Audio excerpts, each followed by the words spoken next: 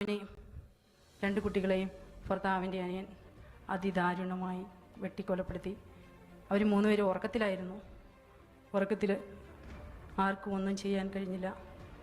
ഞാൻ ആ വചനപ്പെട്ടി ഒന്നെടുത്തു. അപ്പോൾ എന്തായാലും വേണ്ടില്ല, എല്ലാവരും ഒന്ന് അടുത്തുനിന്ന് മാറിയിട്ട് വേണം ആത്മഹത്യ ചെയ്യണം. ഇനി ഈ ലോകത്ത് ജീവിച്ചിരിക്കേണ്ട ഒരു ആവശ്യവുമില്ല. ഇനി എനിക്കൊരിക്കലും എൻ്റെ ജീവിതത്തിൽ എനിക്കൊരു സന്തോഷമുണ്ടാകില്ല എന്ന് ഞാൻ വിചാരിച്ചു. ഞാനിവിടെ ഈ അൾത്താരയ്ക്ക് മുമ്പിൽ നിൽക്കുമ്പോൾ എൻ്റെ ഈശോയുടെ ഏറ്റവും വലിയ സ്നേഹവും സന്തോഷവും അനുഭവിച്ചുകൊണ്ടാണ് ഞങ്ങൾ നിങ്ങളുടെ മുമ്പിൽ നിൽക്കുന്നത്. ജെറമ്യ 29:10 പറയുന്നു, നിങ്ങളെക്കുറിച്ചൊരു പദ്ധതി എൻ്റെ മനസ്സിലുണ്ട്, നിങ്ങളുടെ നാശത്തിനല്ല ക്ഷേമത്തിനുള്ള പദ്ധതി, നിങ്ങൾക്ക് ശുഭമായ ഭാവിയും പ്രത്യാശയും നൽകുന്ന പദ്ധതി.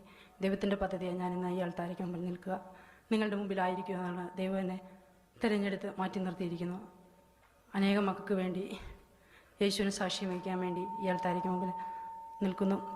എൻ്റെ പേര് ബിനി. ഞാൻ തൊടുപുഴയിൽ നിന്നാണ് വരുന്നത്.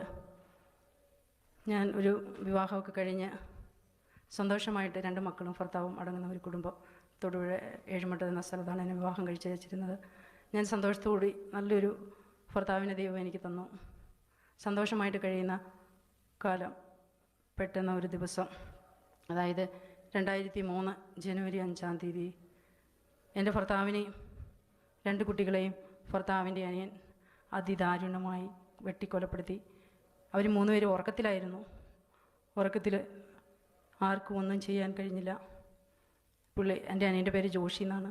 അവനിങ്ങനെ തടിയുടെ ബിസിനസ്സൊക്കെ ആയിട്ട് കഴിഞ്ഞു പോകുന്ന ഒരു സമയമായിരുന്നു. അപ്പോൾ തടിപ്പണിക്ക് വേണ്ടിയിട്ട് കുറേ വലിയ വാക്കത്തികളൊക്കെ ഇങ്ങനെ വീട്ടിൽ കൊണ്ടുവയ്ക്കുന്നതൊക്കെ ഞാൻ കണ്ടിരുന്നു. ഞങ്ങളുടെ വീട് ഞാൻ തറവാട്ടിലായിരുന്നു. അവർ 7 മക്കളായിരുന്നു. അപ്പോൾ എൻ്റെ ഹസ്ബൻഡിൻ്റെ ഒരു സജി എന്നാണ്. സജിയും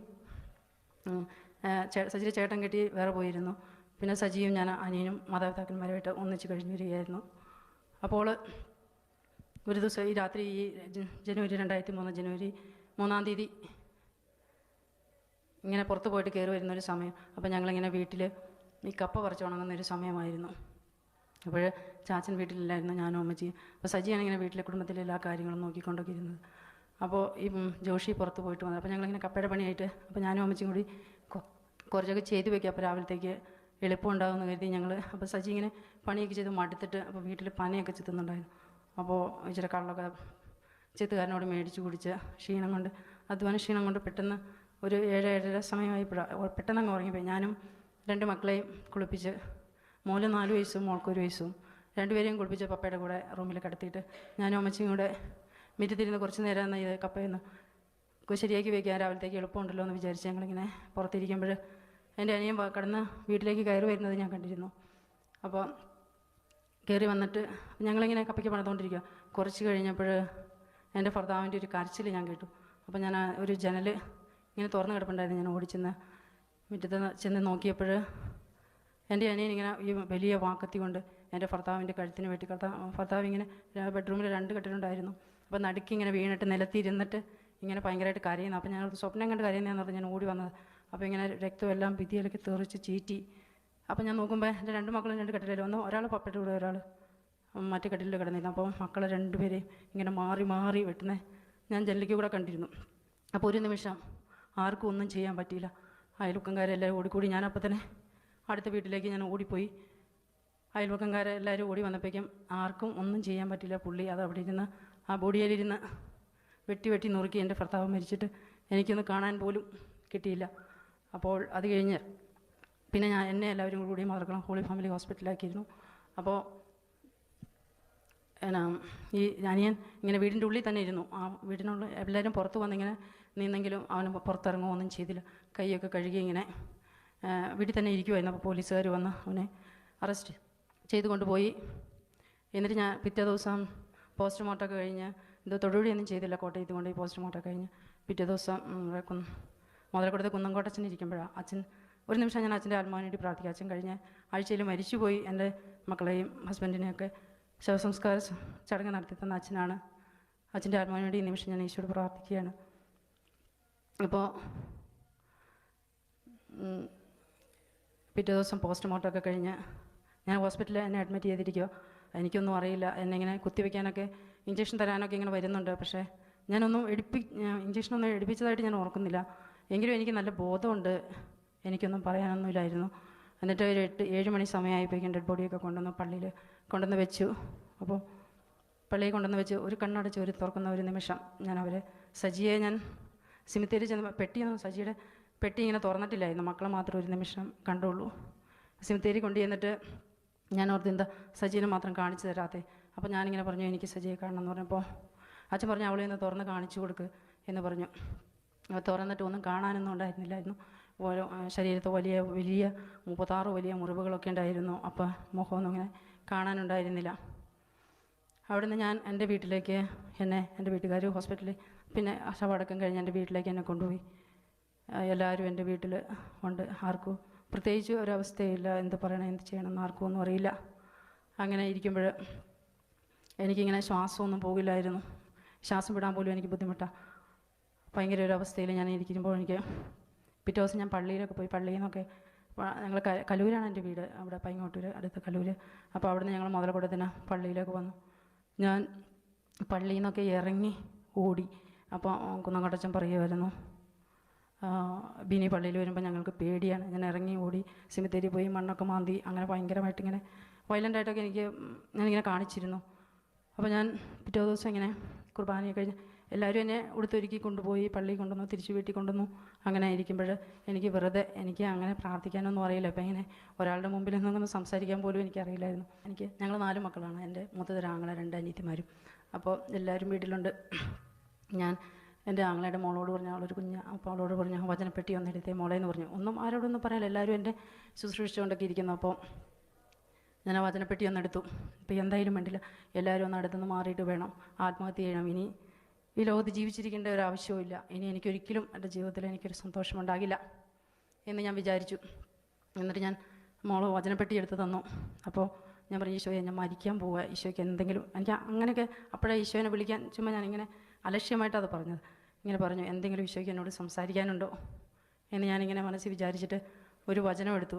അപ്പോൾ ഈശോ വചനത്തിലൂടെ സംസാരിച്ചു. നിർബന്ധബുദ്ധി നാശത്തിലൊടുങ്ങുമെന്ന് പറഞ്ഞു. അത് കഴിഞ്ഞ് ഞാൻ എൻ്റെ ഭർത്താവിനെ കുറിച്ച് ഓർത്തു. ഒരു നല്ലൊരു കളിക്കൂട്ടുകാരനെ പോലെ എന്നെ പോലെ ഇരിക്കണമെന്ന് ആങ്ങളെയും പെങ്ങളും പോലെയെന്ന് എല്ലാവരും പറയുമായിരുന്നു.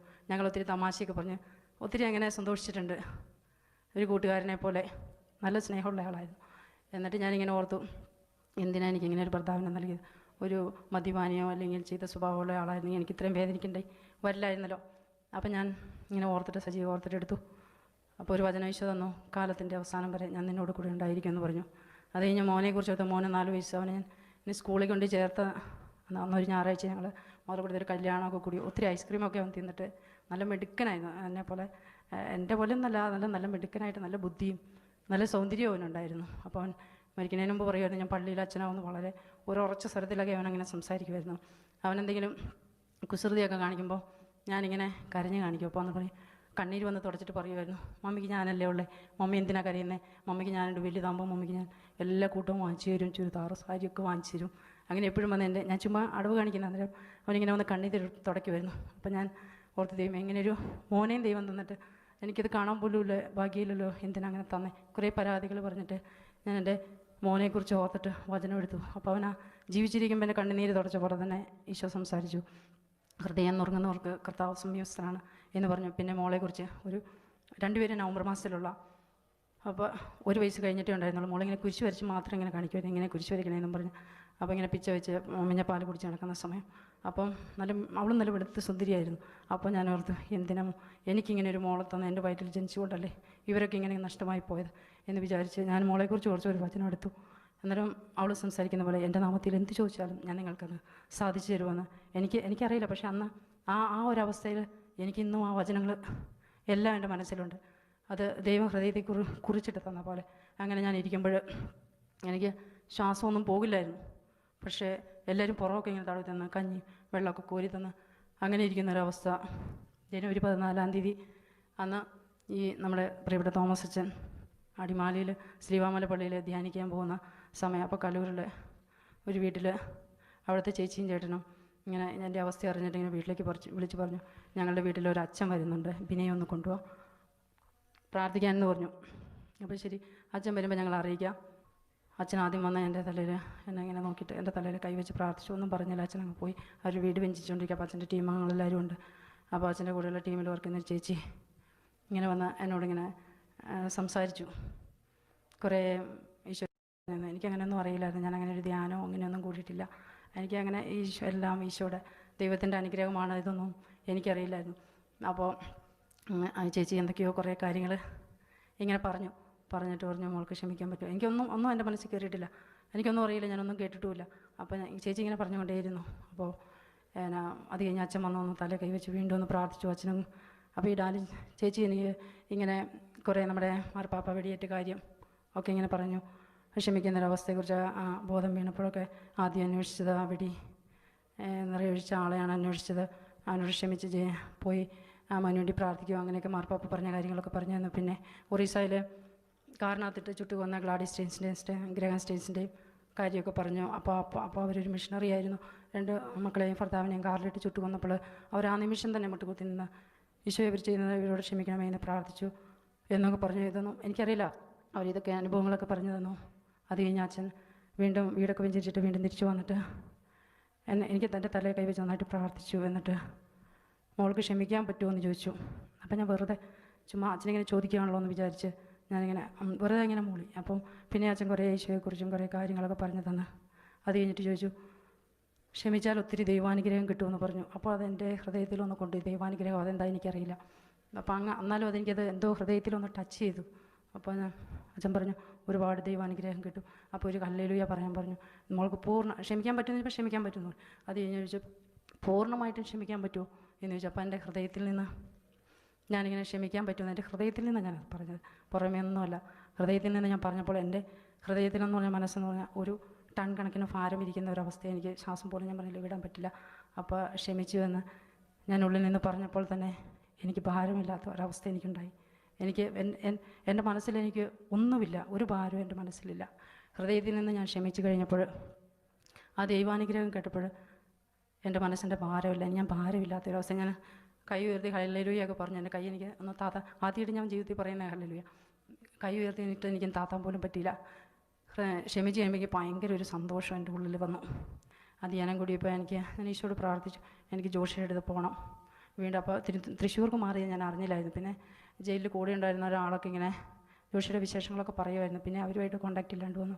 അങ്ങനെ ഞാൻ ധ്യാനം കൂടി കഴിയുമ്പോൾ ഞാൻ അവിടെ പ്രാർത്ഥിച്ചു, ഈശോ എനിക്ക് ജോഷീൻ്റെ അടുത്ത് പോകണം, ജോഷിനെ കാലൊക്കെ മുറിച്ചപ്പോൾ അവനൊന്ന് ശുശ്രൂഷിക്കണം, എനിക്ക് ഭയങ്കര ആഗ്രഹം തോന്നി. ഞാൻ ഈശോയോട് പറഞ്ഞു. അങ്ങനെ ധ്യാനം കഴിഞ്ഞ് ഞാൻ ഇവിടുന്ന് ഇറങ്ങിക്കഴിഞ്ഞപ്പോൾ ഞാനിങ്ങനെ അതേക്കുറിച്ച് അന്വേഷിച്ചപ്പോൾ തൃശ്ശൂർ വിയ്യൂർ മെഡിക്കൽ കോളേജിൽ അവൻ അഡ്മിറ്റ് ആണെന്ന് അറിഞ്ഞു. അപ്പോൾ ഞാനിങ്ങനെ അച്ഛനോട് പ്രത്യേകം പ്രാർത്ഥനയൊക്കെ മേടിച്ച് ഞങ്ങളിങ്ങനെ പോയിട്ട് ഒരു മെഡിക്കൽ കോളേജിലൊരു ജയിലിൽ ഇടാൻ വേണ്ടിയിട്ടൊരു പ്രത്യേക വാർഡുണ്ട്. അപ്പോൾ നമ്മളിങ്ങനെ പാസ് ചെയ്ത് പോയാലൊന്നും അവിടെ ഒരു റൂമുണ്ടെന്നൊന്നും നമുക്ക് മനസ്സിലാവില്ല. അതിങ്ങനെ മൊത്തം ക്ലോസ് ചെയ്തിട്ടൊക്കെ അപ്പോൾ ഇങ്ങനെ ഒന്ന് തുറന്നാൽ മാത്രമേ അവിടെ ഒരു വാതിലുണ്ടെന്ന് നമുക്കറിയാൻ പറ്റും. അപ്പോൾ ജയിലിൽ കിടക്കുന്ന ആൾക്കാർ ഒരു 5-8 പേരുണ്ട് റൂമിൽ. അപ്പോൾ ഞാൻ ചെന്നപ്പോൾ ഒരു കൊച്ചു മനുഷ്യൻ്റെ വീട്ട് ഒരു കാല് മുറിച്ച് കളഞ്ഞിട്ട് അവിടെ ഉണങ്ങിയിരുന്നു, മുറിവ് ഭേദമായി. ചെല്ലുമ്പോൾ ഞങ്ങൾ കണ്ടത് ഞാനും എൻ്റെ കൂട്ടുകാരി ആരും അറിയാണ്ട് പോയത്. അപ്പോൾ അവിടെ ചെന്നപ്പോൾ വേഗം എന്നെ കണ്ടതേ ഇവൻ എണീറ്റിരുന്നിട്ട് ഞാൻ വേഗം അടുത്തേക്ക് ചെന്നു. ഇങ്ങനെ സ്മെല്ല് കാരണം അടുത്തൊന്നും എടുക്കാൻ പറ്റില്ല.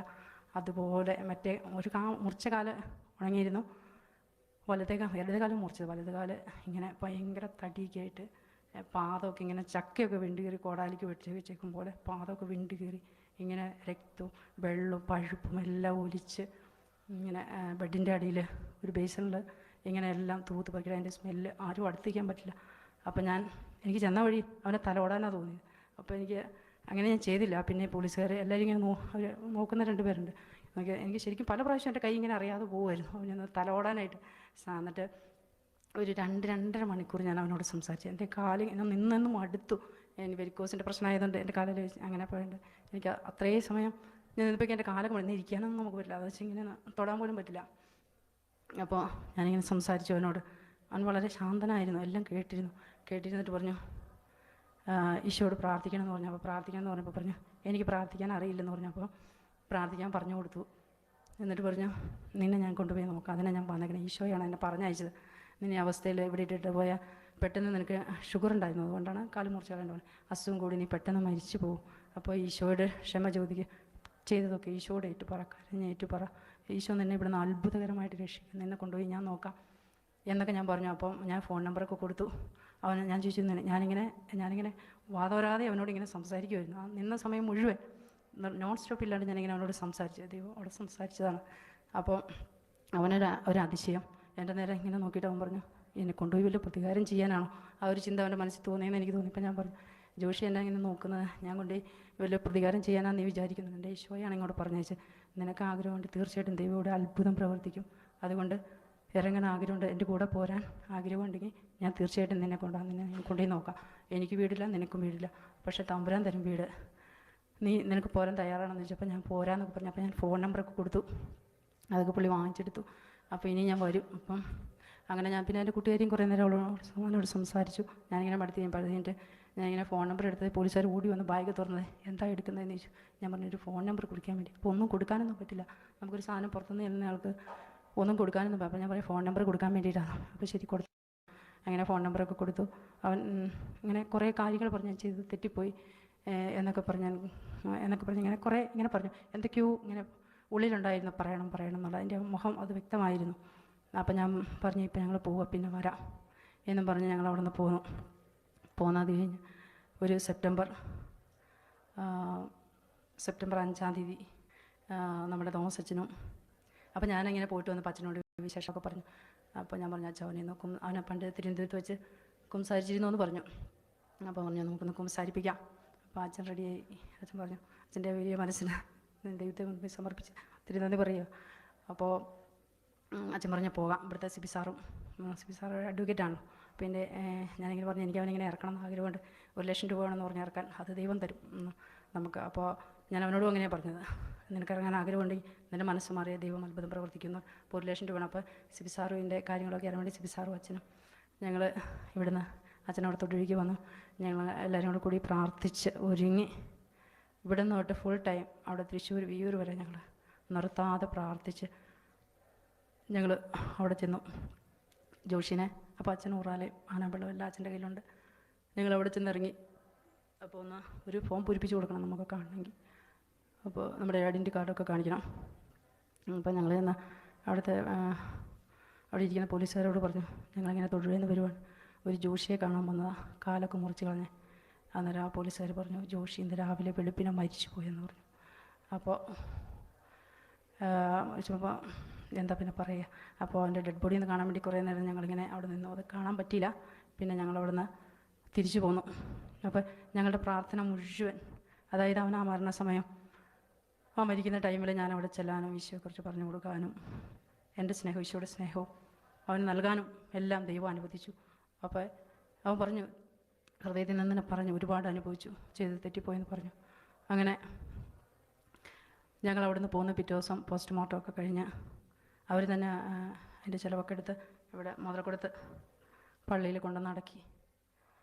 അപ്പോൾ ദൈവം ഇന്ന് നിങ്ങളുടെ മുമ്പിൽ ഞാനിവിടെ നിൽക്കുമ്പോൾ ആ ദൈവത്തിൻ്റെ വലിയ അനുഗ്രഹം, കൃപ, അതൊന്നുകൊണ്ട് മാത്രം ക്ഷമിക്കാൻ പറ്റിയ നമ്മുടെ മനസ്സിൽ വെറുപ്പ്, വൈരാഗ്യം, മാതാപിതാക്കന്മാരെ, സഹോദരങ്ങൾ, കുടുംബത്തിലുള്ള എല്ലാവരുമായിട്ട്, ഫ്രണ്ട്സ്, അങ്ങനെ എല്ലാവരുമായിട്ട് നമുക്ക് എന്തെല്ലാം വെറുപ്പും വൈരാഗ്യവും വിദ്വേഷവും എല്ലാം അത് വെച്ചുകൊണ്ടിരുന്നാൽ ഒന്നും നമ്മൾക്ക് കിട്ടില്ല, ഒന്നും നേടാൻ പറ്റില്ല.